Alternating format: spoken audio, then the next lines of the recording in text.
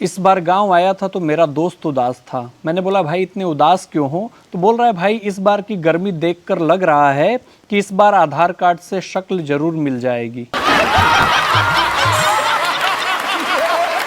एक टीचर ने बच्चे से पूछा कि बेटा हेलमेट और पत्नी में क्या अंतर है, दोनों के स्वभाव क्या हैं? तो बच्चा भी उत्तर प्रदेश का बोला कि सर हेलमेट और पत्नी के स्वभाव एक जैसे हैं, सर पर चढ़ाकर रखोगे तो जान बची रहेगी।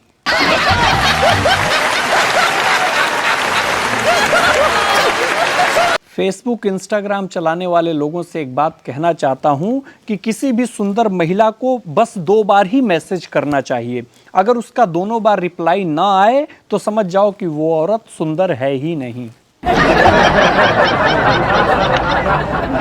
एक दोस्त ने दूसरे दोस्त से कहा कि यार ये कैसे पता लगाएं कि प्यार सच्चा है या नहीं। दूसरे दोस्त ने कहा कि देखो, जिस दिन तुम्हारी प्रेमिका को रात के 1 बजे उसकी मौसी का फोन आने लग जाए तब समझ जाना तुम्हारा प्यार सच्चा है। एक आदमी अपनी बेगम की कब्र पर हाथों से पंखा चला के रो रहा था। किसी ने कहा इतनी मोहब्बत, या अल्लाह। आदमी बोला बेगम कह गई थी मेरी कब्र की मिट्टी सूखने के बाद ही दूसरा निकाह करना। पता नहीं कौन साला रोज 2 बाल्टी पानी डाल के चला जाता है। एक दिन पति पत्नी में घर पे ही तुकबंदी चल रही थी तो पति ने कहा कि हमें तो अपनों ने ही लूटा, गैरों में कहाँ दम था, मेरी कश्ती वहां डूबी जहां पानी कम था। पत्नी भी तेज। पत्नी ने कहा कि तुम तो थे ही गधे, तुम्हारी अकल में कहाँ दम था, वहां कश्ती लेकर ही क्यों गए जहां पानी कम था।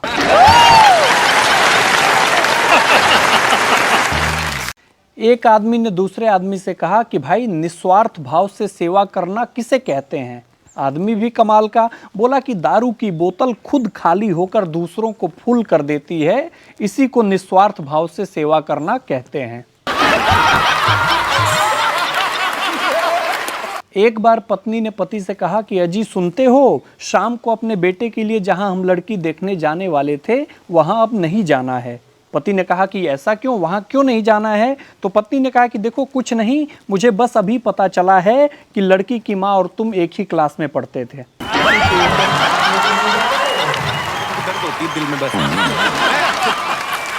कल गांव में अपनी एगो पुरान संगतिया से बोलनी कि भाई इतना उदास काहे बाड़ा?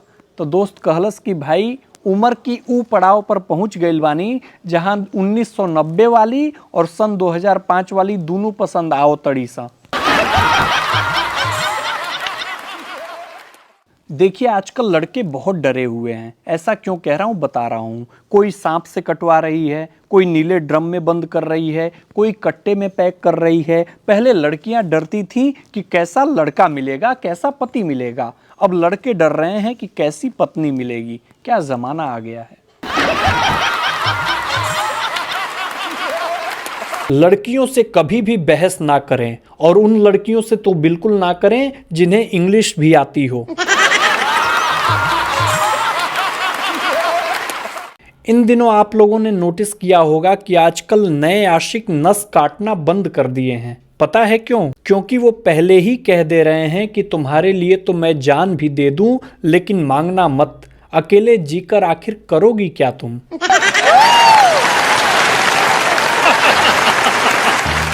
देखिए अगर आप चाहते हैं कि आपकी उम्र लंबी हो तो खुराक आधी करें, पानी 2 गुना करें, व्यायाम 3 गुना करें, हंसना 4 गुना करें और अपने घरवाली की बात मानना 100 गुना करें।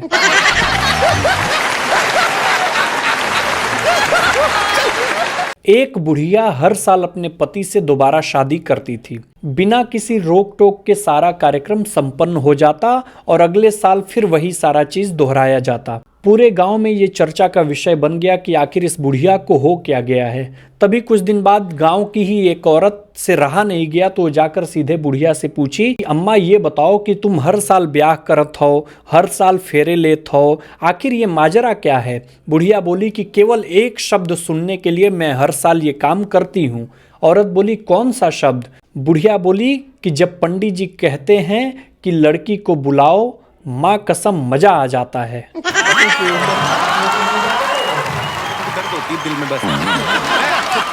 नीले ड्रम का इतना खौफ है लड़कों में कि मैं बता नहीं सकता। कल मैंने एक लड़के से बोला कि भाई इतने उदास क्यों हो, तो बोला कि नीले ड्रम को भाई साहब मैं देखकर डर जाता हूँ। फिर याद आया कि मेरे पास तो लुगाई ही नहीं है।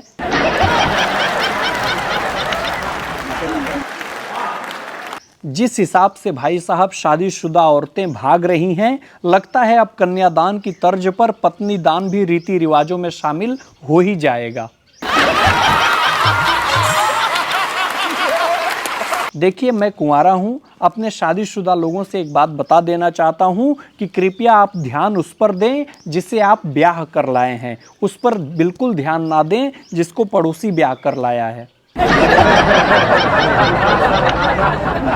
लड़कियां भी स्वच्छता अभियान में इतना बढ़ चढ़कर भागीदारी करती हैं कि मैं बता नहीं सकता। कल मैं सुबह सुबह उठा तो देखा कि मोहल्ले की सड़क पूरी साफ थी। मैंने सामने एक बुआ से पूछा कि बुआ ये सड़क क्यों साफ है, तो बुआ ने बताया कि बेटा कल रात को शादी में कई लड़कियों ने लहंगा पहना हुआ था।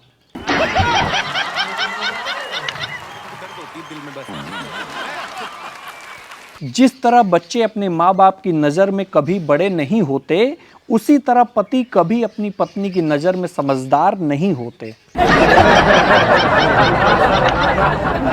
एक और पति ऑफिस से उदास होकर घर आया तो पत्नी ने बोला कि क्या हुआ। पति ने बोला कि मेरे ऑफिस की बिल्डिंग गिर गई और मेरे सब साथी मारे गए। बीवी बोली तुम कैसे बच गए। पति बोला कि सिगरेट पीने बाहर गया था। बीवी बोली भगवान का शुक्र है तुम बच गए। पति टीवी चालू किया तो उसमें समाचार चल रही थी कि मुख्यमंत्री ने मरने वालों को 2-2 करोड़ रुपए देने की घोषणा किए हैं। तभी उसकी पत्नी बोली उफ़ो, मैं परेशान हो गई हूं तुम्हारे इस सिगरेट की आदत से।